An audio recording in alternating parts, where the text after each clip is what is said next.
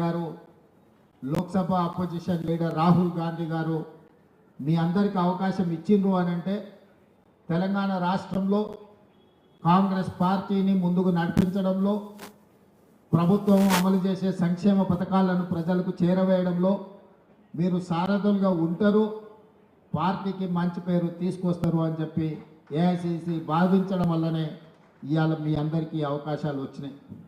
ఈరోజు ఈ వేదిక మీద ఉన్న మేము ఎవరమైనా ఆ పక్క నుంచి ఆది శ్రీనివాస్ గారి నుంచి మొదలు పెడితే కాంగ్రెస్ పార్టీ కార్యకర్తగా, జిల్లా పార్టీ అధ్యక్షుడిగా, ఈరోజు ఎమ్మెల్యేగా, విప్పుగా వారి బాధ్యతలు చేపట్టారు.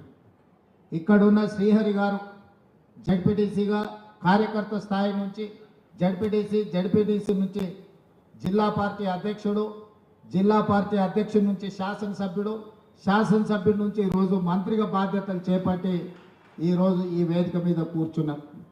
బట్టి విక్రమార్క గారు ఎన్ఎస్యుఐ నుంచి సిఎల్పి లీడర్గా, వర్కింగ్ ప్రెసిడెంట్గా, ఈరోజు ఉప ముఖ్యమంత్రిగా వారు ఈరోజు బాధ్యతలు చేపట్టారు.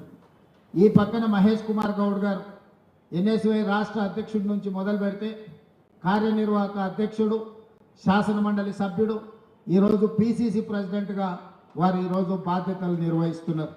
ఆ పక్కన సంపత్ కుమార్ గారు ఎన్ఎస్యుఐ యూత్ కాంగ్రెస్ నుంచి ఎమ్మెల్యేగా, అదేవిధంగా ఏఐసిసి సెక్రటరీగా ఈరోజు వారు బాధ్యతలు. ఆ పక్కన పెద్దలు షబీర్ అలీ గారు ఒకప్పుడు అసెంబ్లీలో యూత్ కాంగ్రెస్ నాయకుడిగా సుధీర్ కుమార్ గారి నేతృత్వంలో ఆనాడు నిరసన కార్యక్రమంలో శాసనసభలోకి దూసుకెళ్ళి స్పీకర్ వరకు చేరుకుంటే ఆ రోజు 30 రోజులు యూత్ కాంగ్రెస్ ఉపాధ్యక్షుడిగా జైలుకి వెళ్ళి ఆ 33-34 ఏళ్ల వయసులోని ఎమ్మెల్యేగా, మంత్రిగా షబీర్ అలీ గారు ఇవాళ ఇక్కడ మేము ముందు అన్నాడు అంటే పార్టీలో బాధ్యత నిర్వహిస్తే తప్పకుండా అవకాశాలు వస్తాయి.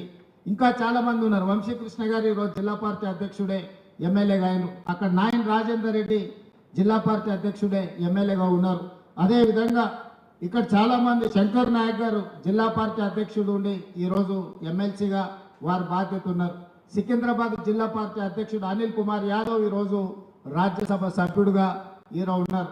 రాజ్ ఠాకూర్ ఈరోజు పెద్దపల్లి జిల్లా అధ్యక్షుడుగా, శాసనసభ్యుడిగా ఉన్నారు.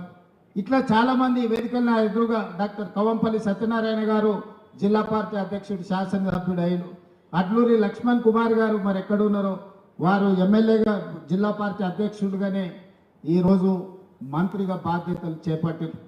చాలామంది ఈరోజు కాంగ్రెస్ పార్టీలో గతంలో ఏ విధంగా ఉన్నా, నేను 2018లో వర్కింగ్ ప్రెసిడెంట్గా, 2019లో పార్లమెంట్ సభ్యుడిగా, 2021లో పిసిసి అధ్యక్షుడిగా, 2023లో తెలంగాణ రాష్ట్ర 2వ ముఖ్యమంత్రిగా బాధ్యత చేపట్టిన అంటే కాంగ్రెస్ పార్టీ బాధ్యత నుంచే నాకు ఈ ఎదుగుదల, ఈ ప్రమోషన్ వచ్చింది.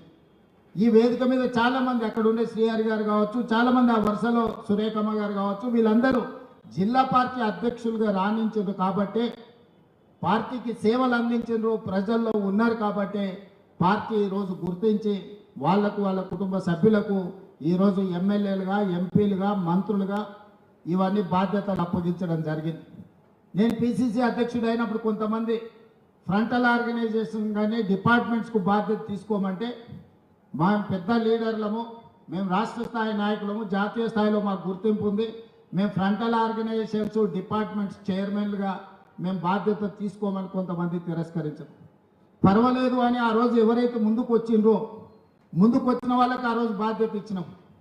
ప్రభుత్వం వచ్చిన తర్వాత ఈరోజు ఇందులో చాలామంది ఉన్నారు, చాలామంది రాలేకపోయి ఉండొచ్చు. 65 మంది పార్టీలో వివిధ హోదాలలో పనిచేసిన ఎస్సీ, ఎస్టీ, బీసీ, మైనారిటీ, మహిళా, యూత్ కాంగ్రెస్, ఎన్ఎస్యుఐ ఎవరెవరైతే ఫ్రంటల్స్కు బాధ్యత వహించిండ్రో అందరినీ కార్పొరేషన్ చైర్మన్లుగా, ఎమ్మెల్సీలుగా, ఎమ్మెల్యేలుగా, ఎంపీలుగా టికెట్లు ఇచ్చి పార్టీ బాధ్యత మోసిన వాళ్ళకి ప్రభుత్వంలో భాగస్వామ్యం ఉంటుంది అని చెప్పి ఈరోజు నిర్ణయం తీసుకున్నాం.